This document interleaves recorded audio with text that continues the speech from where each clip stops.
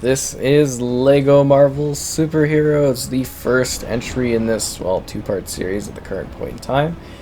We get 1080p at 30 FPS with Auto HDR support, and a wide range of heroes to choose from. Obviously, the second game went a little bit further in regards to the roster of characters, but this one was very interesting because it was a lot different.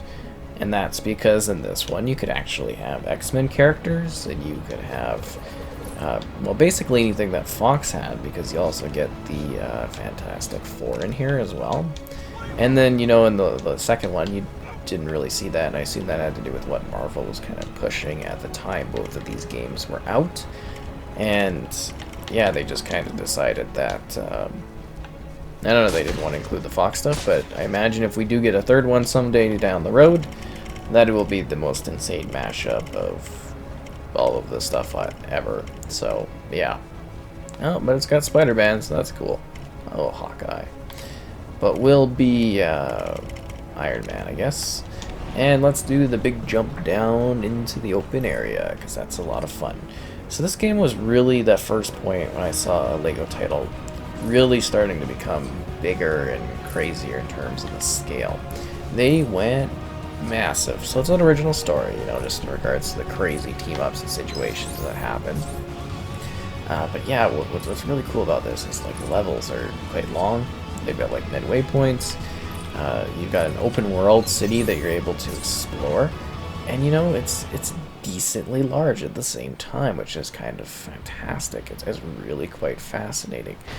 This was also one of those, like, cross-gen upgrade titles that I got to do back when that happened. Obviously, you're seeing Poppin with the flying, which I guess is expected, but yeah, I remember, like, coming in here to visit this and seeing it on the next gen, and I was like, wow, this is like a legitimate upgrade over, you know, what we experienced last gen. And it feels kind of wild for a LEGO game to be, you know, at this scale. That's kind of crazy. And you get to visit, like, this large city. Is there not, like, a zoom out? There we go.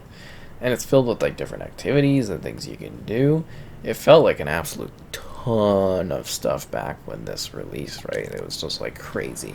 And then you look at it like Marvel's LEGO Superheroes 2, and it's even bigger. So you kind of wonder, you know, where these LEGO games are going to be going down the road, because seeing the technology at play is just sort of fascinating to me, at least, because, you know, they're a lot of fun. A lot of people enjoy these LEGO titles, and I think this is a really good one when it comes to, like, the story content. Just the mashup of characters kind of teaming up, I think, is a lot of fun to see, and not something you really come across too often. And that makes it really quite special. I also think I did a walkthrough for this one too back in the day, so that might be visible still too, which is kind of neat. Anyways, like I was saying, it's kind of crazy, because it's also, like, the second one's a lot more like a mashup. You know, there's certain things that kind of come together in order to do this, like, mashup. And then this one is more of like a regular world, LEGO world, where all of these characters live with one another. They're not thrown together due to some sort of weird cosmic event. And I think that's just kind of an interesting way to handle it. And obviously there's lots of things I didn't do in this one still. But I did work through it and had a lot of fun seeing it, you know, kind of looking better. And oh my, the Poppin and stuff is just, like, atrocious. Oh, definitely not the best. But I'm mostly trying to show off, like, the scale of this world. That's what I'm trying to get across, is that it's big. There's a lot of good levels. There are a lot of neat characters. Oh, that's probably better, right? To go a little bit faster. Whoa! Gotta travel fast. And there are so many collectibles. Drop in, drop out co-op locally. You know, oh, and this is the X-Men. This is the Academy, isn't it? The X-Mansion. Which I think has, like, a level attached to it, so that's kind of cool. But yeah, you get your favorites. It's like, oh, Hulk smash. Can I pick him up and, like, throw him back and forth? I think that's, like, a thing, but you could be tidy batter too. It's kind of hard to switch between characters. And then, you know, we've got, like, this, I want to say, like, classic style Lego Spider-Man, like from the early Lego sets, kind of. as opposed to being something really MCU focused. I think that's kind of cool. And then once again, switching over to Peter Parker, taking pictures. Yeah, it's neat because it like kind of almost existed outside of the realm of like the MCU's influence, which was neat, and we got to enjoy these classic Marvel characters, and that was so neat. And then of course, you know, a lot of the thrown in MCU ones that were really gaining popularity. Thor, I think I had like a Thor DLC pack or something like that too, which was kind of cool. I did a video on it, I got like a lot of views back then, which was neat. Jean Grey, Iceman, Beast, Nick Fury, and it's just like, oh, Agent Coulson! And he's got the gun. So yeah, it definitely had some MCU influence. That's for sure. Of course, Doctor Doom over there, such a cool character. And you know, they did some weird ones, like we had AIM agents, and Killiach is in here. Oh, Black Cat too!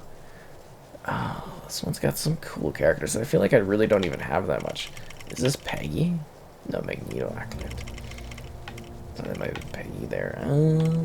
Oh yeah, and then we got Galactus and stuff, and Magneto and Loki.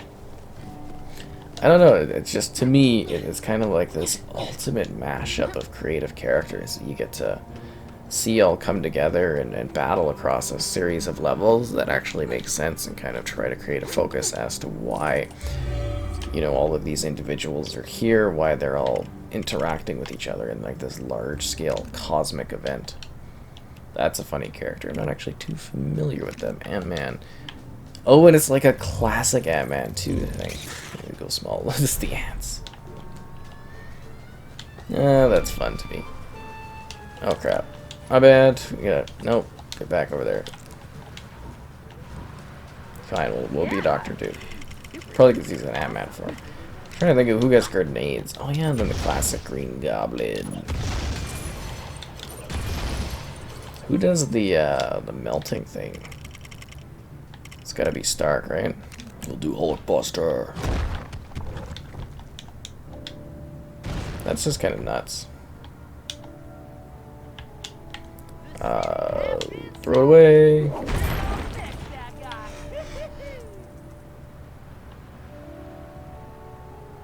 That's not really working that effectively because it's, oh, it's rockets. Okay, my bad. We'll just be like old school Iron Man. Oh, they have fun with that. Or is it this for the laser thing? Do you not do this regular Spider-Man? Who's the one that does the... Okay, you're doing that. Okay. Who does the carving thing? Do we need the torch, don't we? Unbelievable.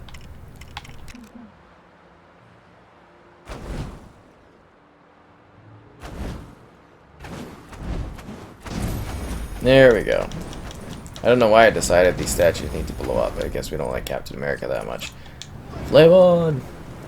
I don't know. It's just, it's nuts, right? Like, you enjoy the characters when you're younger, and then you get to see them all come together in a game. It's kind of really cool to me. Oh, Harlem, too? That's interesting. I don't think that the Netflix characters are in here, aren't they? Maybe there's a lot of characters I just don't have unlocked, I guess. So many classic looks, though. And then you kind of just, like, wonder what happened with, like, licensing or something like that in the second one, or what they were trying to show off, because we just, you know, we lost so many of these cool things. We got a lot of really neat, great characters there, but, you know, I definitely feel like we missed out on some of, like, the most well-loved, like, characters in the Marvel Universe because of it as well, and... yeah, hopefully, again, with the third one, assuming that happens someday, I imagine it will. I think these ones were quite popular. We do finally get that ultimate package of, like, everything mismatched in the most amazing of ways. I think that would be so much fun. Oh, like the Thor movie. This is like the Adventures Soho. I think you can also, there's like a Stan Lee kind of mission, too. Do I have Stan Lee unlocked? I don't know if I have him or not. Like a Venom down there or something. There's so many characters. Yeah, it's kind of wild. Like, to do this, I think it was like 360 was when I originally really cranked into this one, and I kind of jumped back into it here, and it was fun. But, yeah, really, really enjoyable game. I do heavily suggest it if you're like a fan of like the Lego games, or if you like Marvel, you might find it neat. If you're playing it for the first time, I think you're gonna have a lot of fun with it. You know, it's still quite enjoyable, at least to me. I think so. It still definitely has some fun to it, and I think the story, you know, you actually jump into the missions, I'll have a good time with it. Because it is wild to be here, taking a look at just like open world Lego games to see how far the series has changed and how far we've come with it. I think that's really cool, but yeah, neat game.